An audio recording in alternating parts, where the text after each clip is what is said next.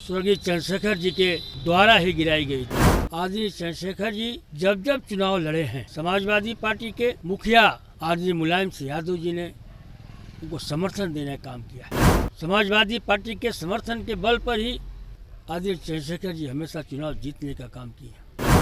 उस दल के उम्मीदवार हैं जिस दल को इस देश से नफरत है। बलिया समाजवादियों की धरती है और बलिया के एक अलग अंदाज है। जब ये देश गुलाम था, हिंदुस्तान में लोग अंग्रेज़ों के खिलाफ अपनी बात तक नहीं रख पाते थे, तो अंग्रेज़ों के खिलाफ सबसे पहले अपने आवाज़ को बुलंद करने वाला कोई व्यक्ति था तो बलिया की धरती पर पैदा हुआ था, जिसका मंगल पांडे नाम है। समाजवादी पार्टी के समाजवादी सोच के लोग, चाहे जयप्रकाश नारायण रहे हों, आदरणीय चंद्रशेखर जी, आदरणीय जनेश्वर मिश्रा जी, वो समाजवादियों की धरती है। देश के पूर्व प्रधानमंत्री आदरणीय चंद्रशेखर जी जब जब चुनाव लड़े हैं, समाजवादी पार्टी के मुखिया आदरणीय मुलायम सिंह यादव जी ने उनको समर्थन देने का काम किया है। समाजवादी पार्टी के समर्थन के बल पर ही आदरणीय चंद्रशेखर जी हमेशा चुनाव जीतने का काम किया, क्योंकि आदरणीय चंद्रशेखर जी के अंदर समाजवाद कूट कूट करके भरा हुआ था। आज जिन लोगों की सरकार है, इनके सबसे लोकप्रिय और विपक्ष के भी लोकप्रिय, भारतवर्ष के लोगों के लोकप्रिय राजनीति के पूर्व प्रधानमंत्री अटल बिहारी वाजपेयी की सरकार जब एकमात्र वोट से गिरी थी,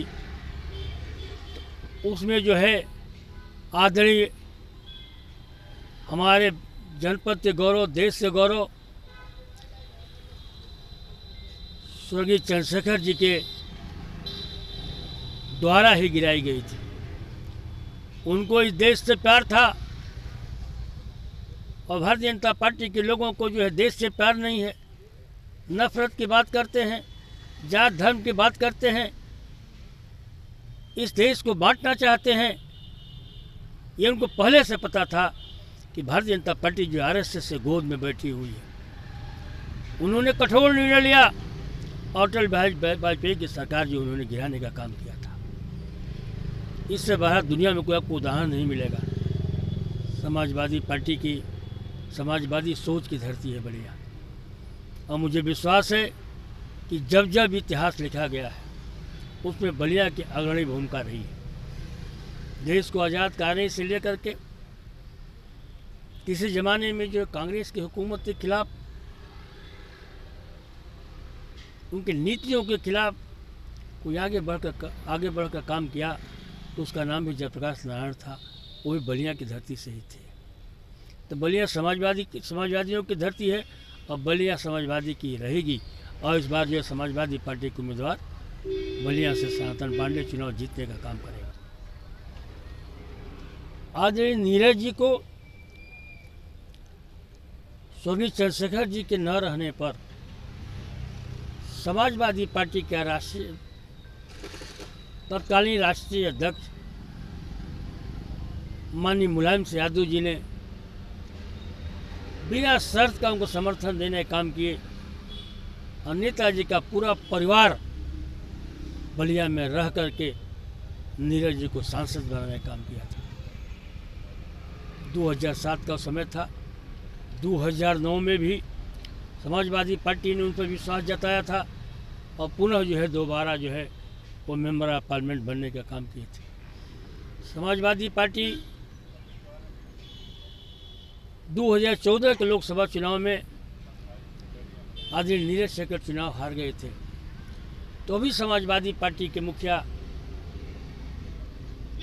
आदरणीय मुलायम सिंह यादव जी और उस प्रदेश के तत्कालीन मुख्यमंत्री श्री अखिलेश यादव जी ने उनको राज्यसभा भेजने का काम किया।